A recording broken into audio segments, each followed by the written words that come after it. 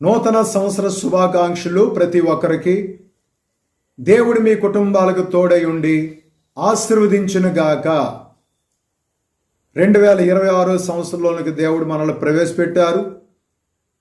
మీరందరూ బాగుండాలి, అదే మా ఆశ, మా కోరిక.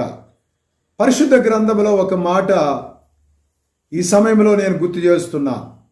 యెషయా గ్రంథము 43 అధ్యాయము 19వ వచనం మనం చూసినట్లయితే, ఇదిగో నేను ఒక నూతన క్రియ చేయుచున్నాను, ఇప్పుడే అది మొలుచును, మీరు దాన్ని ఆలోచింపరా అని దేవుని వాక్యం సెలవిస్తుంది.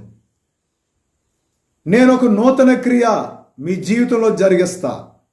నూతన కార్యము, నూతనమైన మేలు, నూతనమైన ఆశీర్వాదాలతో నేను ఈ సంవత్సరం మిమ్మల్ని నింపడానికి నేను ఇష్టపడుతున్నానని పరిశుద్ధాత్మ దేవుడు మాట్లాడుతున్నాడు.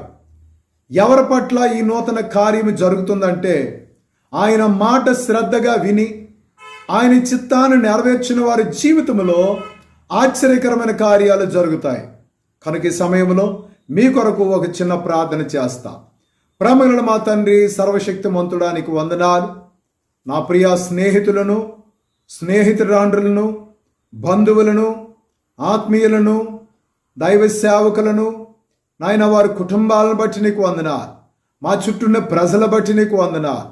ఉద్యోగస్తుల బట్టి, వ్యాపారస్తుల బట్టి, వాహనాలు నడిపే బిడ్డల బట్టి, వ్యవసాయం చేస్తున్న రైతుల బట్టి, గ్రామాన్ని, పట్టణాన్ని, దేశాన్ని, రాష్ట్రాన్ని పరిపాలిస్తున్నటువంటి నాయకులు బట్టి నీకు వందనాలు. ప్రతి ఇంటి వరకు రక్షణ, ప్రతి ఇంటి వారిని మీరు ఆశీర్వదించి బలపరచమని ప్రార్థిస్తున్నాం. దేవానికి వందనాలు.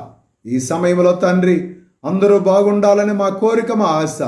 2025 సంవత్సరం మీరు కాపాడారు. 2026 సంవత్సరంలో మేము ప్రవేశపెట్టాం, మమ్మల్ని ప్రవేశపెట్టారు నాయనా. మేము ఈ 2026లో అడుగుపెట్టి ఉన్నాం.